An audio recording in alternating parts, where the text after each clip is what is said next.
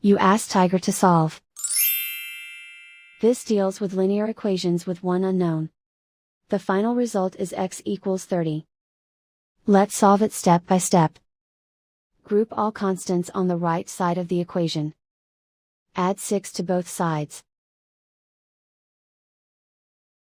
Simplify the arithmetic.